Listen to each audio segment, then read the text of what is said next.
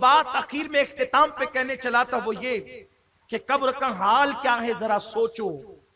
اور اس سلسلے میں غور کرو۔ حضرت مولائے کائنات کے ساتھ سعید ابن مسیب فرماتے ہیں، یہ سعید ابن مسیب تابعی ہیں، مولا علی کے شاگرد ہیں، ان کے مرید ہیں۔ فرماتے ہیں میں مولائے کائنات کے ساتھ جب قبرستان گیا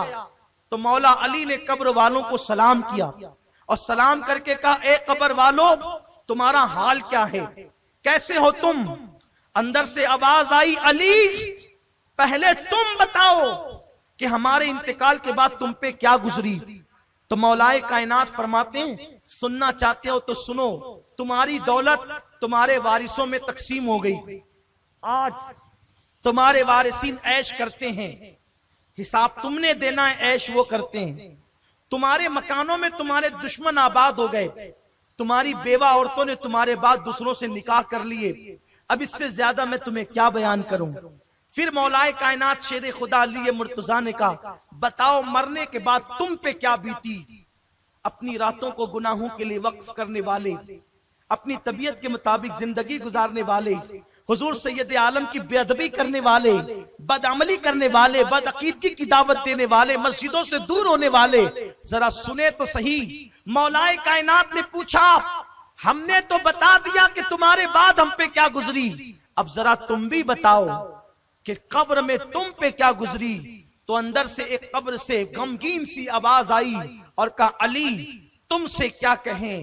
بات اتنی ہے کہ کفن پھٹ گیا بوسیدہ ہو گیا، کفن پھٹ گیا میلا ہو گیا بوسیدہ ہو گیا، جسم کے پورے بال گر گئے، آنکھیں پانی بن کر کے بہنے لگی، جسم سڑنے لگا گلنے لگا، قبر کے کیڑوں کی غذا بن گیا۔ علی پیٹ پھول کر کے پھٹ گیا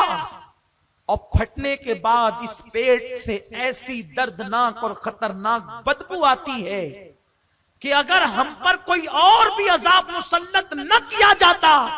صرف ہمارے پیٹ کی بدبو ہم پہ مسلط کی جاتی تو بھی یہ ہمارے لیے کافی تھا، لیکن اتنی خطرناک بدبو ہے کہ برداشت نہیں ہوتی۔ علی اس سے زیادہ تمہیں کیا سنائیں؟ مولائے کائنات سن کر کے زاروں قطار رونے لگے۔ حضرت سعید ابن مسیب کہتے ہیں میں ڈرنے لگا کہیں مولائے کائنات روتے روتے جان نہ دے دے، اس قدر مولا علی روئے۔ ہائے افسوس قبر کا حال سن کر علی کے مرتضیٰ جیسا ولی روتا ہے، لیکن ہم بار بار قبرستان جاتے ہیں اور قبرستان میں بیٹھ کر ہنسی مذاق کرتے ہیں، کھیل کود کی باتیں کرتے ہیں، زمین پلاٹ کی باتیں کرتے ہیں، دنیا کی سیاست کی باتیں کرتے ہیں، بازار اور سماج کی باتیں کرتے ہیں۔ لوگوں میرے آقا علیہ السلام فرماتے ہیں قبر آخرت کی پہلی منزل ہے، اگر یہ صحیح سلامت ہے، یہ کامیاب ہے تو آخرت کامیاب ہے، اور اگر قبر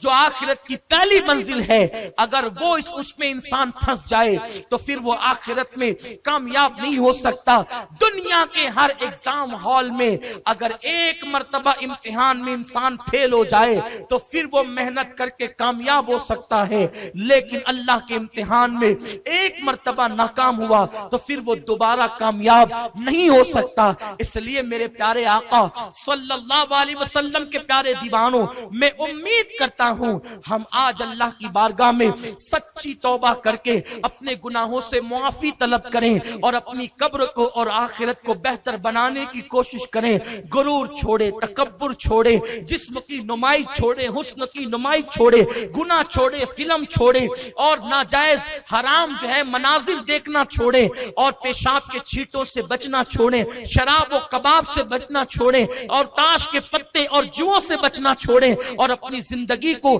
ایک مومن صالح کی زندگی بنانے کی کوشش کریں۔ اس کے لیے بہترین ماحول اگر چاہیے تو سنی دعوت اسلامی کا ماحول حاضر ہے۔ الحمدللہ ہر اتوار کو آپ ہی کے شہر کے اندر الگ الگ مسجدوں میں آدھے آدھے دن کا قافلہ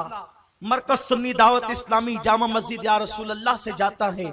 آپ آدھے دن کی قربانی دے کر اپنے شہر ہی میں قافلے میں شریک ہوں، دین سیکھیں، زندگی گزارنے کا طریقہ سیکھیں، ہفتہ واری اجتماع میں آئے، معلومات میں اضافہ کریں۔